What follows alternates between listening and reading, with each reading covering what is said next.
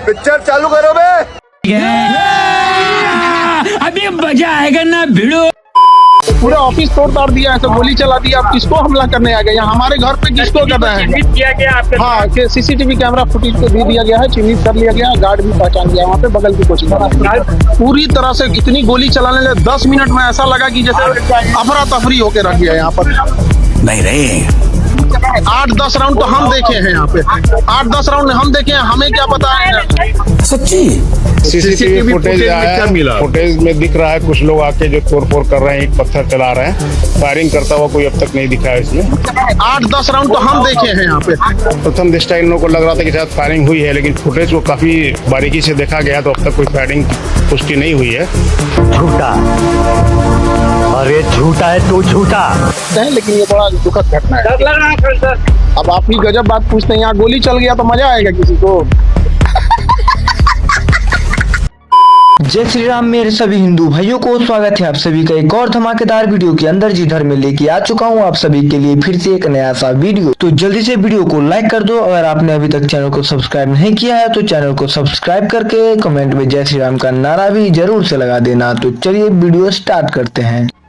अंजना की बच्ची। आजकल सोशल मीडिया पर जर्नलिस्ट और कोचिंग माफिया में वॉर चल रहा है। अंजना कश्यप ने पेपर लीक पर सवाल उठाते हुए कोचिंग माफिया से सवाल कर लिया। यूट्यूब वाले स्टार टीचर्स जिनको कुछ जानना ना कौड़ी, तो सारे कोचिंग माफिया एक साथ भड़क गए। अब उस एंकर से आपको प्रॉब्लम हो सकती है, मैं डिफेंड नहीं कर रही, लेकिन क्या कोचिंग माफिया से सवाल नहीं हो सकते? जवाब देने की जगह अंजना पर पर्सनल अटैक्स क्यों कर रहे हैं ये लोग? यूट्यूब पर अभिनय मैथ्स के नाम से चैनल चलाने वाले स्टूडेंट्स को गवर्नमेंट जॉब की प्रिपरेशन करवाते हैं, महंगे महंगे कोर्सेज बेचते हैं, और आजकल इनका ध्यान सरकारी नौकरी से ज्यादा इस बात पर है कि सोशल मीडिया पर कैसे वायरल हो जाऊं। सालों से इस कोचिंग माफिया ने सीधे सीधे स्टूडेंट्स का ब्रेन वॉश करके अपना एजेंडा चलाया। पिछली वीडियो में भाई साहब ने कहा कि पीएम मोदी ने कोविड वैक्सीन लगवाई और उससे डेथ्स हो रहे हैं। सोचिए, एक टीचर इस तरह का पैनिक क्रिएट कर रहा है, देश के हेल्थ सेक्टर पर झूठ फैला रहा है। ये खुद दुनिया भर का हर टॉपिक पर ज्ञान देता है, पॉलिटिक्स और इंडियन डिप्लोमेसी पर वन साइडेड प्रोपेगेंडा चलाता है। तो पलट के उनके कंडक्ट पर सवाल अगर किसी ने कर ही लिया तो क्या हो गया? इस बंदे की रीसेंट हरकत सुनोगे ना तो यू विल बी शॉक्ड। देश की सीनियर फीमेल एंकर को ऑन कैमरा धमकी दिया है। इसने अपने स्टूडेंट्स को इंस्टिगेट किया है कि वो लोग जाकर अंजना ओम कश्यप को गाली दे।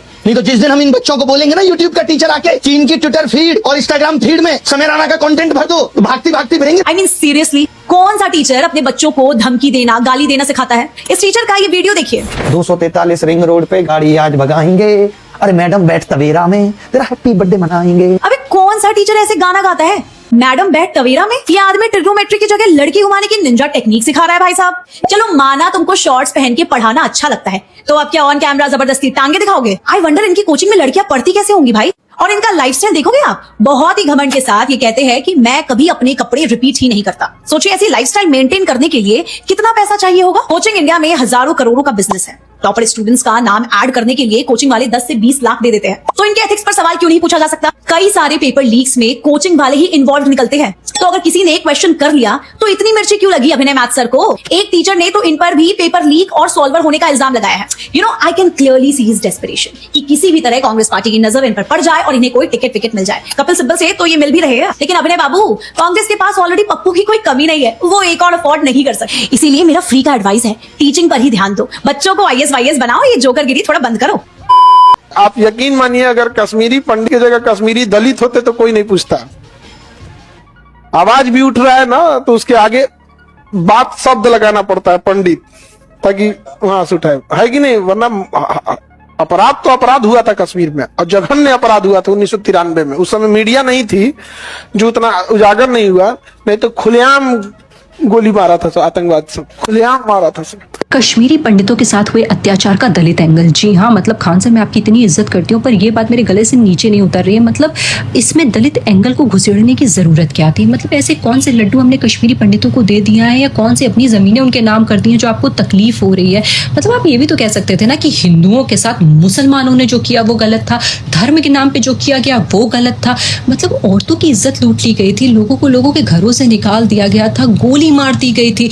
इतना अत्याचार काफी नहीं था कि आप इसमें एक दलित एंगल भी ले आए? मतलब आजकल मैं नोट कर रही हूँ आपके बारे में एक बात कि आप ना मुसलमान कह के कान नहीं पकड़ते, आप घुमा के आजकल दलित कह के कान पकड़ते हैं, और जहां भी पंडित का नाम आएगा वहां दलित का नाम तो सबको लेना ही है। इसका क्या सेंस है? मतलब कोई सेंस नहीं समझ में आ रहा। जो गलत है उसे गलत कहिए, मुसलमानों को गलत कहिए, उनकी इंटेंशंस को गलत कहिए और आगे बढ़िए। मतलब कुछ भी बोल रहे हैं आप।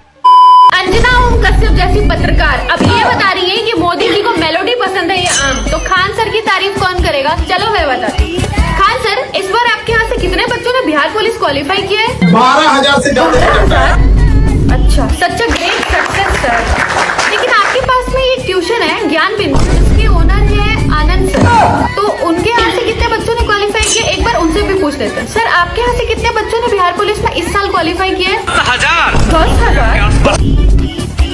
अगर 10,000 इनके यहाँ से बच्चों ने क्वालिफाई किया और 12,000 खान सर के यहाँ से बच्चों ने क्वालिफाई किया है, तो टोटल 22,000 हो। लेकिन टोटल सिलेक्शन तो 19,838 बच्चों का ही हुआ है। तो खान सर झूठ बोल रहे हैं क्या अंजना? और बाकी सारे टीचर क्या कर रहे हैं? अब इसका जवाब आप लोग बताओ यार। साला इतना अलगे फ्रॉड चल रहा है। मैं पता नहीं है, हिंदू साहब खतरे में। मेरी एक बात समझ में नहीं आती, इतने साल मुगलों का शासन रहा, तब कभी हिंदू खतरे में नहीं रहा, आज तक जिंदा है हिंदू धर्म, इतना प्यारा धर्म।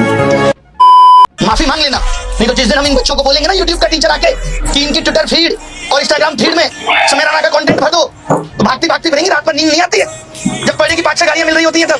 तो ये है तुम्हारे आइडियल टीचर। ये बात मैं उन स्टूडेंट से कह रहा हूं जो लोग ऐसे टीचर्स को अपना भगवान बना बैठे हैं। टीचर्स क्या ही बोलो, मैं ऐसे लोगों को टीचर बोलते हैं जिनको महिलाओं के लिए कैसे शब्द यूज कर रहे हैं इनको पता नहीं है, और ये लाइव वीडियो में आकर सीधा थ्रेट दे रहा है। निजी लाइफ में तुम ऐसी तैसी कराओ, मराओ, उससे कोई फर्क नहीं पड़ता, लेकिन जब तुम एक शिक्षक बनकर लाइव वीडियो में आकर तुम किसी महिला के लिए ऐसे शब्द यूज कर रहे हो, तो तुम शिक्षक हो, टीचर हो या फटीचर हो, डिसाइड कर लो। ये अभिनव अंजना ओम कश्यप के बात को इतना पर्सनली ले गया कि सीधा लाइव वीडियो में आकर के खुलेआम धमकी दे रहा है कि मैं अपने स्टूडेंट को भेजूंगा। हमारे स्टूडेंट जब तुम्हारे फीड में जाकर तुम्हें गालियां देंगे तब पता चलेगा, तुम भागते भागते फिरोगे। तो ये है जनजी स्टूडेंट्स, तुम्हारे आइडियल, तुम्हारे भगवान, तुम्हारे शिक्षक, जो तुम्हारा भविष्य बनाएंगे। ये लोग तुम्हारे हक के लिए लड़ाई लड़ेंगे। भाई ये बात समय रहते क्यों नहीं एक्सेप्ट कर लेते हो कि ये जो टीचर्स हैं, जो फटीचर्स हैं, वो एक बिजनेसमैन है, दैट्स इट।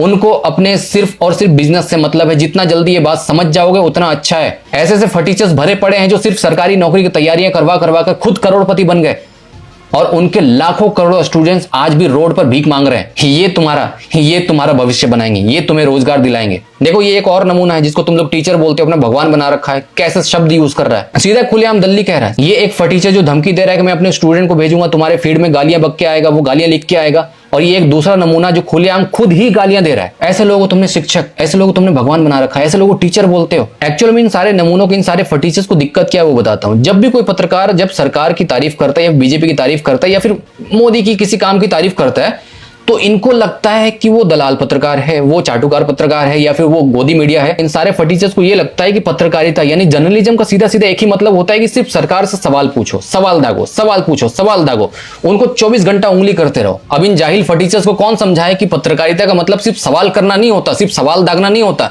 दिन रात सरकार को उंगली करते रहना नहीं होता, बल्कि पत्रकारिता का मतलब होता है सच दिखाना।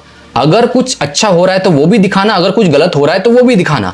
अगर कुछ सच हो रहा है, अगर कुछ अच्छा हो रहा है जिसकी तारीफ की जानी चाहिए, और अगर ये लोग उसकी तारीफ कर देते हैं, अगर ये लोग मोदी की तारीफ कर देते हैं, मोदी के कुछ अच्छे काम की तारीफ कर देते हैं, तो ये हो गए दलाल पत्रकार, ये हो गए गोदी मीडिया। और उस बात को उठा करके ये कितना भी रोस्ट बना ले, कुछ भी बोल ले, इनका हक बनता है। लेकिन वही पत्रकार उठकर इन पे कुछ सवाल खड़े कर दे तो इनके पिछवाड़े में आग लग जाती है, और ये फिर ऑनलाइन वीडियो में आकर के सीधा थ्रेट देते हैं कि हम अपने सारे स्टूडेंट्स को भेजेंगे तुम्हारे फीड में, तुम्हारे डीएम में गालियां बकने के लिए। ऐसे तो हमारे देश के शिक्षक है, खुद को शिक्षक कहते हैं। अरे भाई शिक्षक नहीं हो, फटीचर हो, बिजनेसमैन हो। स्टूडेंट्स को सस्ते में पढ़ाने के नाम पर सिर्फ बेवकूफ बनाकर खुद करोड़पति बनने वाले ये जाहिल फटीचर्स हैं और कुछ नहीं।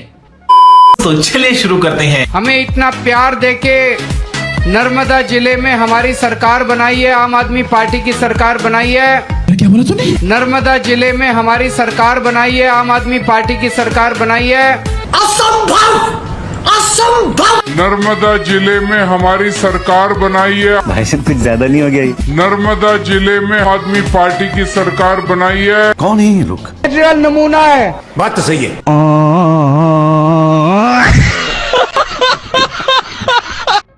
मुसलमान लड़के हिंदू लड़कों से ज्यादा खूबसूरत होते हैं, इसलिए वो हिंदू लड़कियों को ज्यादा पसंद आते हैं। ये कहना है निवेदिता मेनन और अरफा जी का। ये कहती हैं कि एक मुसलमान लड़का आंखों में सुरमा, मुंह में पान और बाइक से आता है और हिंदू लड़की को लेके जाता है। अरफा जी, इस बात से मैं बिल्कुल सहमत हूँ, इस खूबसूरती से मैं बिल्कुल वाकिफ हूँ। उसके बाद ये कहती है कि हिंदू मर्दों से ये चीज हो नहीं पाती, इसके लिए वो इसका रोना धोना धोते हैं कि भैया वो लोग हमारी लड़की को ले गए। अरफा जी, हमारे सनातन में ये चीज नहीं होती कि आप किसी महिला के साथ झूठ बोल के उससे प्यार करें, झूठ बोल के उसके साथ शारीरिक संबंध बनाएं, उसके बाद उससे शादी करें और उसके बाद अपने रिलीजन में कन्वर्ट करवा दें। ये चीज हमारा धर्म नहीं सिखाता, इसीलिए हमारे मर्दों से ये चीज नहीं होती और मुझे गर्व है अपने सनातन धर्म पे, हमारे लड़कों पे जो ये चीज नहीं करते।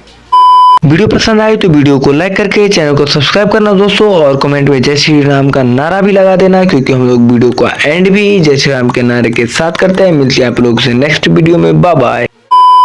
मोदी जी जो कहते हैं ना कि कांग्रेस मुक्त भारत, इस चीज से हम सहमत नहीं है, क्योंकि कांग्रेस मुक्त हो जाएगा तो हमारा मनोरंजन कौन करेगा? क्योंकि कांग्रेस मुक्त हो जाएगा तो हमारा मनोरंजन सरकार की सब बातें मानेंगे मोदी जी की, लेकिन ये बात नहीं माने, कांग्रेस मुक्त भारत नहीं होने देंगे। मनोरंजन तो चाहिए हमें।